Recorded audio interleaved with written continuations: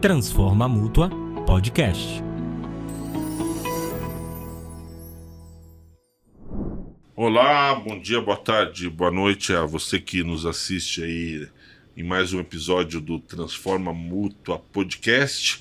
Hoje a gente tem o prazer de receber aqui conosco o engenheiro civil Júlio Dias, que trabalha com portos, né, na área de portuária, e tem uma longa carreira aí nessa área, e vai poder trocar uma ideia com a gente aí sobre a infraestrutura portuária do Brasil, todos esses temas relativos a isso.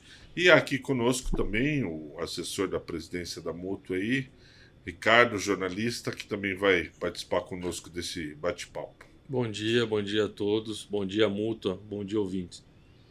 Bom dia a todos, bom dia a todos que nos assistem, engenheiros e todos os profissionais. Estamos aí para contribuir aí no que for possível. Maravilha. Júlio, você tem uma vasta carreira aí, né? Eu vou ler um pouco aqui. Diretor de Portos substituto e assessor do Secretário Nacional de Portos, do Ministério de Portos e Aeroportos.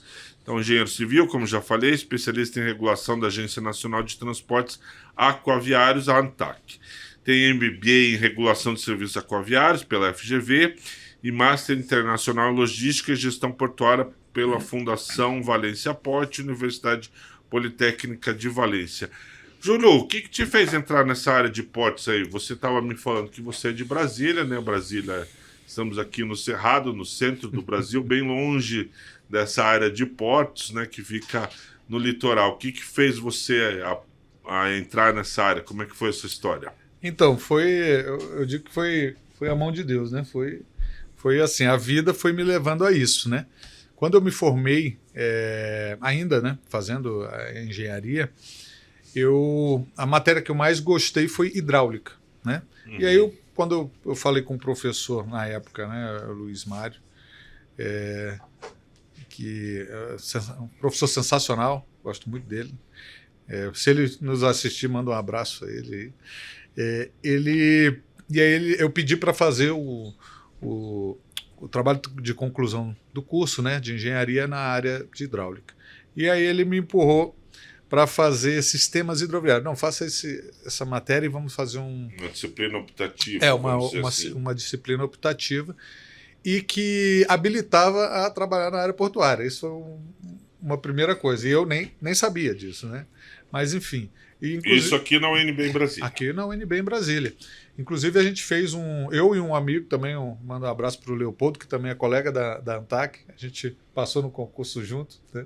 E ele está lá também comigo. Eu e ele fizemos o trabalho juntos. O Leopoldo era formado em matemática e depois partiu para engenharia civil e a gente se formou junto.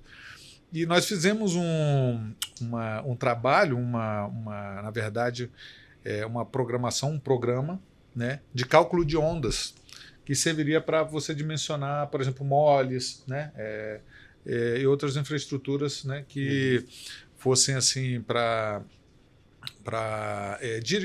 diminuir o impacto de ondas, né?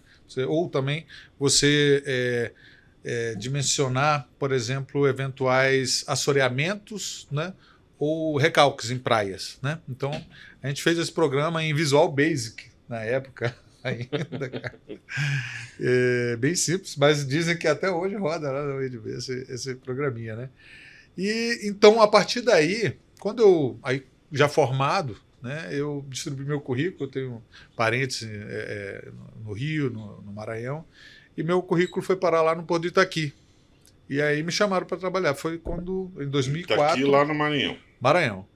E foi quando eu comecei a trabalhar na área portuária, em novembro de 2004. E aí, maravilha. Daí... E agora você já tem mais de 20 anos de experiência no setor portuário, atua em diversos conselhos aqui, me passaram aqui Conselho da Autoridade Portuária dos Portos de Itaqui, Santarém, Salvador, Aratu, na Bahia, em Bituba, em Santa Catarina, e atualmente está presidindo os Conselhos dos Portos de Rio Grande, no Rio Grande do Sul, e Niterói, no Rio de Janeiro. Isso mesmo. Júlio, fala pra gente, qual que é a importância do setor portuário aí? O que movimenta da economia? Qual é a importância? Então, só assim para ser bem objetivo, né? o setor portuário ele corresponde a 95% em toneladas, né, em movimentação de carga do comércio exterior. 95%. 95%. Ou Aí seja, daí, tudo. 5% é aéreo e rodoviário. Né? Ínfimo, né? É ínfimo. Então, assim, e em termos de valor econômico, 80% a carga passa pelos portos. Né?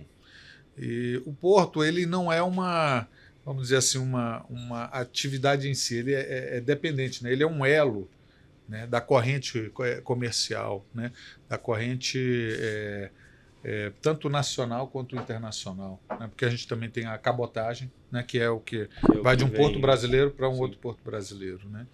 E então, assim, a área portuária, por mais que ela seja, vamos dizer assim, talvez as pessoas não tenham muito conhecimento, eu acho até que hoje, em relação a quando eu entrei, há 20 anos atrás, mudou muito isso, né? Antes as pessoas olhavam o porto e era assim, apesar da cidade ter crescido por causa do porto, as pessoas olhavam como isso está atrapalhando, né, a nós aqui. Hoje não, hoje já tem mais um conhecimento. Hoje nós temos assim diversos seminários, inclusive segunda-feira que vem eu vou estar no seminário de Portos e Costas lá em Itajaí, né, participando até em nome do secretário Alex, né, Alex Ávila, que é o secretário nacional de Portos. Estarei lá representando o Ministério, né, nesse evento, que é um evento voltado até para engenharia. Né? É um dos maiores eventos de engenharia portuária e costeira que nós temos hoje no Brasil. Nós temos vários eventos, né, de engenharia, mas muitos são até voltados, às vezes, para a questão mais de advocacia, né? São questões mais contratuais, tributárias. Né? Nós temos muita coisa. Esse é um evento de engenharia e vai ser semana que vem.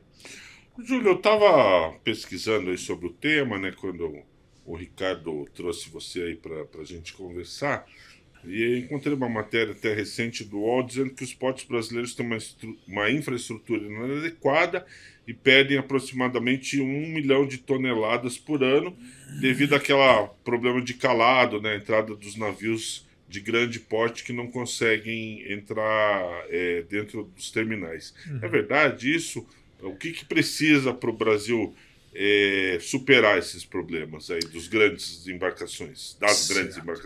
Não, então, vamos lá. A gente tem aí... Isso aí é uma interpretação, tá? Eu não vou dizer que isso é de todo verdade, mas também não vou dizer que é de todo mentira. Porque é difícil a gente aferir isso. Né? E eu vou explicar por quê. Todos os anos a gente bate recorde sobre recorde de movimentação de cargas. Aumenta. Tá? Então, esse ano já estamos batendo recorde do ano anterior. E bateu do ano anterior. O ano nem acabou. O único ano, exatamente. O único ano que teve um problema foi na pandemia, né? 2020, ali, que realmente deu. E por incrível que pareça, nós temos aí portos privados e públicos. Quem salvou a economia foram os portos públicos, né? Porque tiveram que performar independente, né, de qualquer coisa. Os trabalhadores portuários aí sempre, né, à disposição. Né, que às vezes o privado teve que fechar mesmo, né, por uma questão de saúde, então diminuiu ali a movimentação no terminal dele. Mas os portos públicos tiveram que atender até a demanda de importação de produtos para combate à Covid. Né? Mas, enfim. Então, esse número de 1 milhão de cargas, né, de toneladas, eu diria assim, aí ele está pontuando a questão dos navios, do tamanho dos navios. Mas vamos lá, para a gente receber navio maior, é aquela questão, quem veio primeiro, o ovo ou a galinha? Né? Então, assim, a gente tem demanda para esses navios maiores mesmo? Né? Porque se falar, poxa, a China já está lá com um container de 400 metros, de 25 mil teus. Teu é uma medida, né, de 20 pés, né, de cada container. Então, a gente tem demanda para esse tipo de navio. Às vezes você vai deixar a infraestrutura pronta para isso, mas não vai chegar esse navio aqui. Né? Não tem rota. Não tem rota marítima para chegar esse navio aqui, né? Hoje nós já temos capacidade para receber navios de 366, né? 366 metros, que a gente chama, né? Navios 366. Nós temos aí também a possibilidade de 400 metros, já em alguns portos há a possibilidade. E aí, como você falou, a questão do calado, nós temos aí o Plano Nacional de Dragagem, né, que em sua maior parte é custeado pelo próprio porto, né? E uma vez um debate sobre isso, teve até o almirante Murilo Barbosa, que ele é o diretor-presidente da ATP, né, Associação de Terminais Privados. Ele falou, o problema é falar de dragagem, né? Quando dragagem não for um problema, a dragagem não deveria ser um problema, né? Porque no privado você não fala de dragagem, mas no público sim. E por que no público se fala de dragagem? Porque, de fato, o navio não passa em lombada, né? Então tem que ter profundidade acessível. Mas, ao mesmo tempo, a gente tem trabalhado, os portos públicos eles arrecadam, né, tarifa portuária para isso, né, e fazem a própria dragagem, né? Agora, a gente tem também o Plano Nacional de angariar, né, de financiar, né, recursos para algumas dragagens, para aqueles portos que, vamos lá, não são deficitários, mas que não têm condições de fazer uma dragagem um pouco maior, né? Porque dragagem é uma obra que ela é curta, ela é curta, 5 meses, assim, 1 ano já é muito tempo, né? Só que ela é de um valor econômico muito alto. Exatamente. Esse plano anual, eu tive informação que o próprio governo federal vai investir 110 milhões lá no Porto de Recife, né? Isso. Ou seja, é um porto antigo, foi o que você falou, está no meio da cidade, e aí, como é que resolve? Né? Então, assim, existe esse investimento, né? O que eu acho que pode-se dizer, não sei, que é mal organizado ou mal dimensionado esse investimento nos portos, Júlio, mesmo ele público? Não, então, na verdade a gente tem feito prioridades, né? Como você mencionou, o Porto de Recife, a gente tem aí lutado para sair essa dragagem de 100 milhões, né? Porque alguns discutem, é necessário aplicar esse recurso, né, no Porto de Recife? É necessário. Ele é mais uma alternativa logística, né? O Porto Recife, poxa, teve algumas cargas que foram para a Suape, né? Mas ele, por incrível que pareça, está no meio da cidade, ele é uma opção, né? Ele é uma opção. E a gente tem outros investimentos também, tá? Em outros portos. Nós temos aí em torno de 5,2 bilhões em investimentos até 2030, com dragagem. Tá? Agora, nem todos os recursos são recursos públicos, nós estamos falando de recursos públicos, mas nem todos os recursos da União. Tá? Da União, aí, eu acredito que em torno de uns 500 milhões, isso pode aumentar. Tá? Isso não é assim, estático, é dinâmico. Nós temos aí pedidos de novas dragagens para outros portos, mas ainda está em avaliação de prioridade, tem uma série de coisas, né? Não temos aí recursos do governo federal para tudo, né? Abrangendo aí toda a esplanada, então a gente tem que fazer algumas priorizações.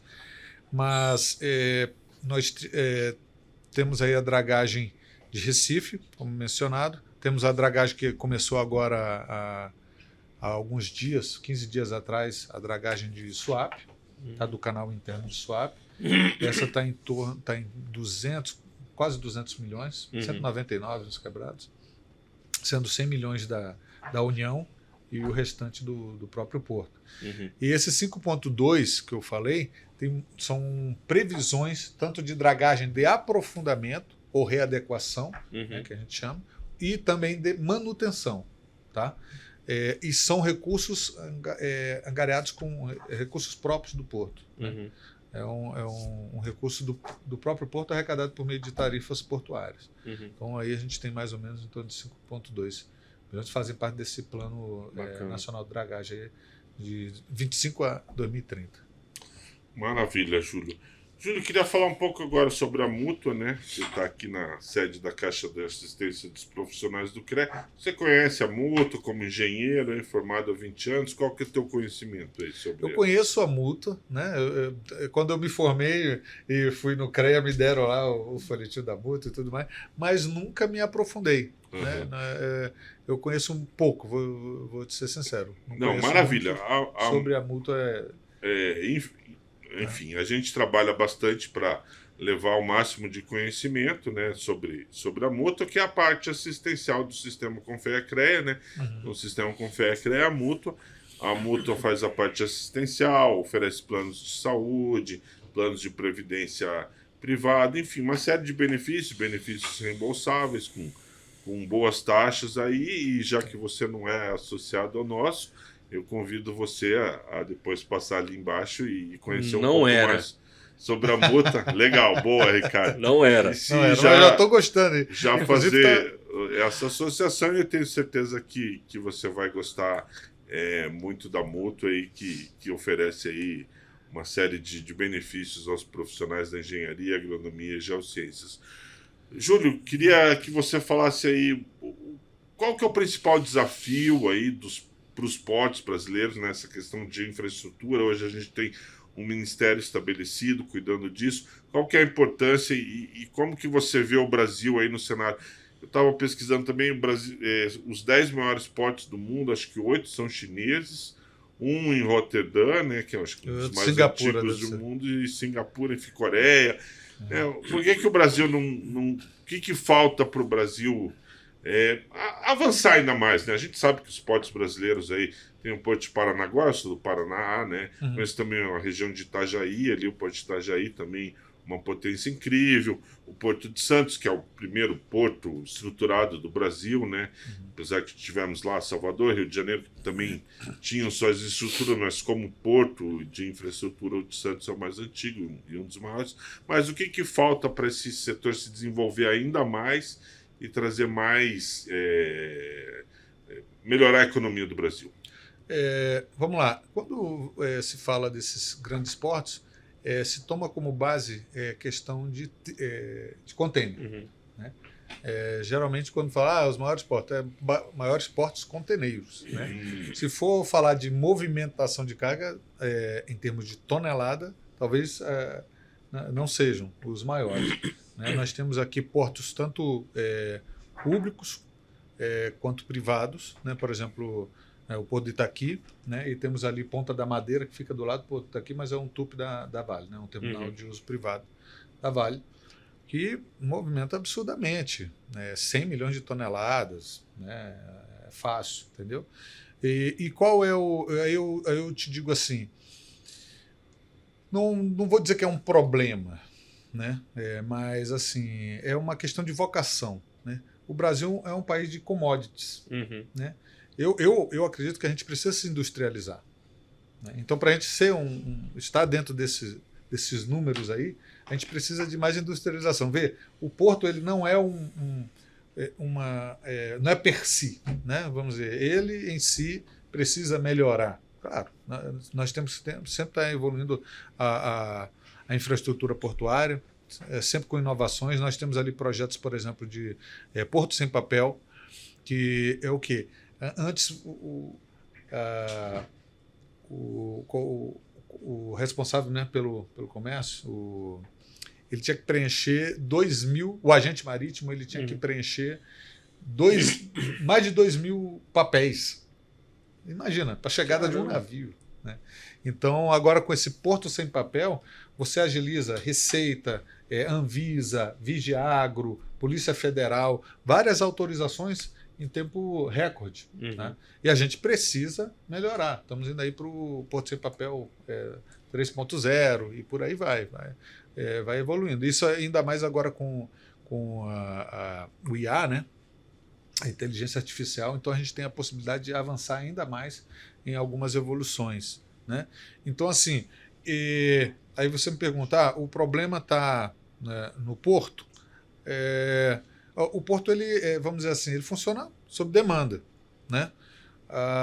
E então, assim, hoje nós temos aí os portos que exportam commodities, né? Eles estão atendendo?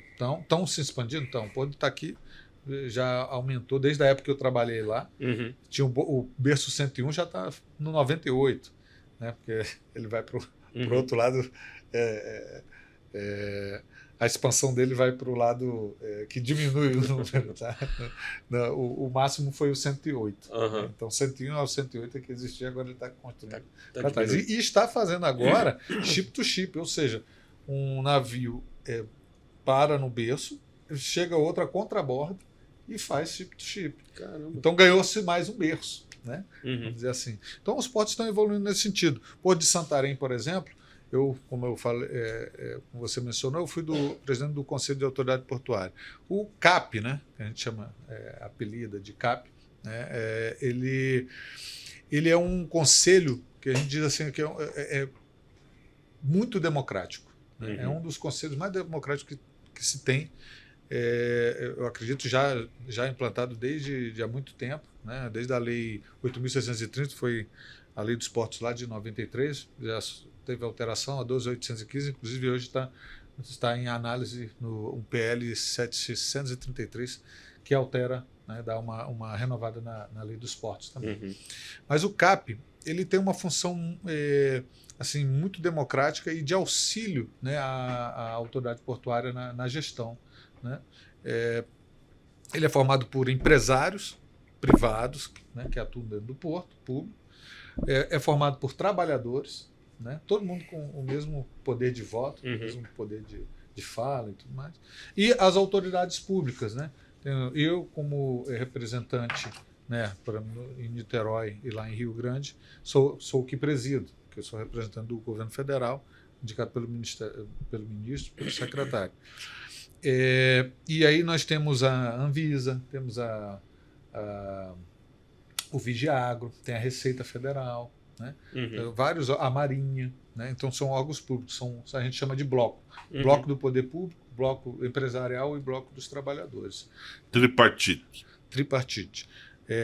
E então eles ali a gente tem o mesmo poder de voto, colocamos pautas na mesa e a gente agiliza ali, às vezes, nas discussões, muitas coisas, né? Tanto da parte deles, de cada um no seu, né, na sua função, o trabalhador, o empresário, quanto a gente em termos públicos. Esses dias mesmo, uma questão que estava tendo lá, um problema no Porto de Niterói, falei, não, a solução é a gente lá no Ministério sobre esse aspecto e tal. E eles estavam perdidos lá, a prefeitura, tem a prefeitura também, e o Estado, né, representando lá.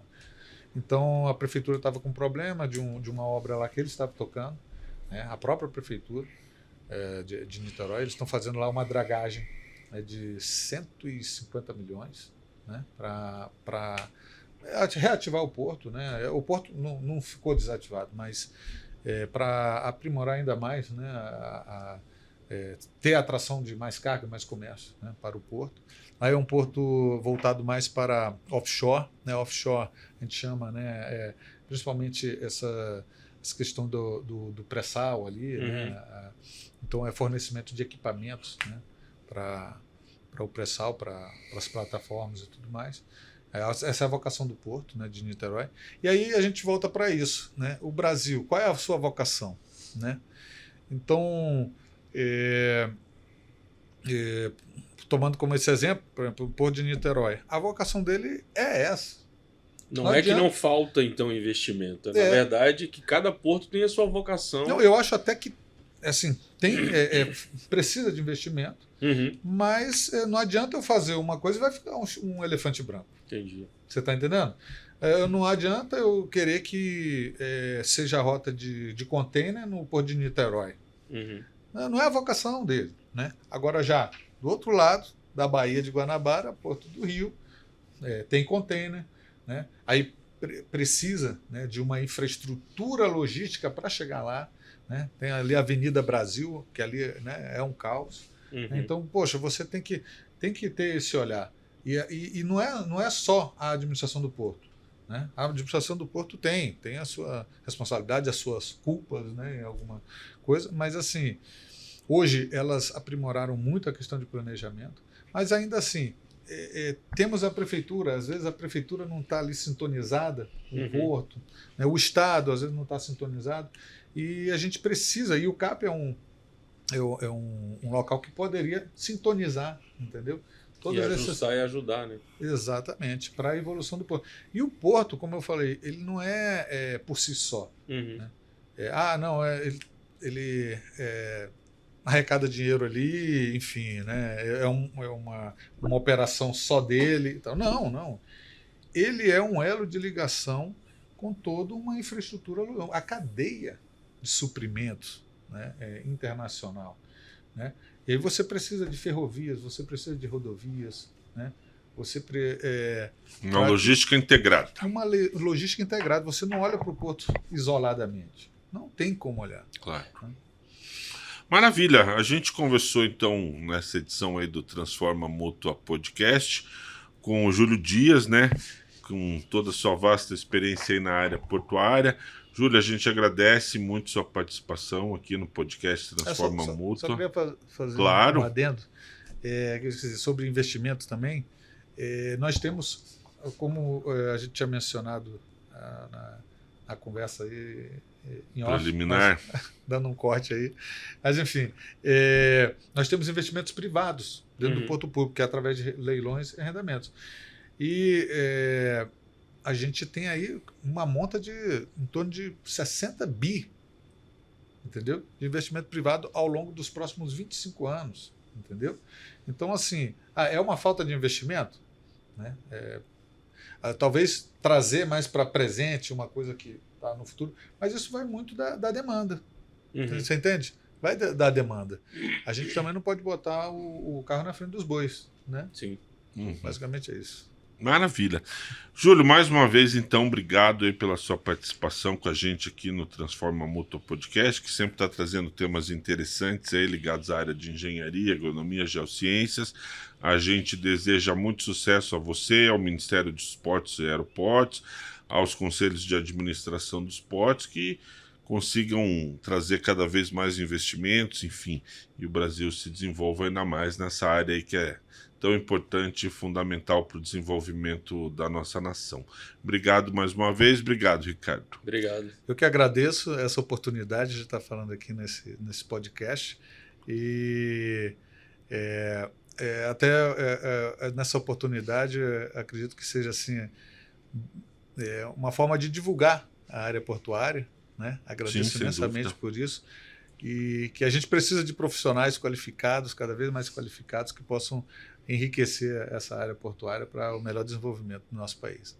Maravilha. Obrigado, Ricardo. Obrigado a todos que nos acompanharam aí nessa edição e até uma próxima edição do Transforma Mútua Podcast. Obrigado. Um abraço. Um abraço.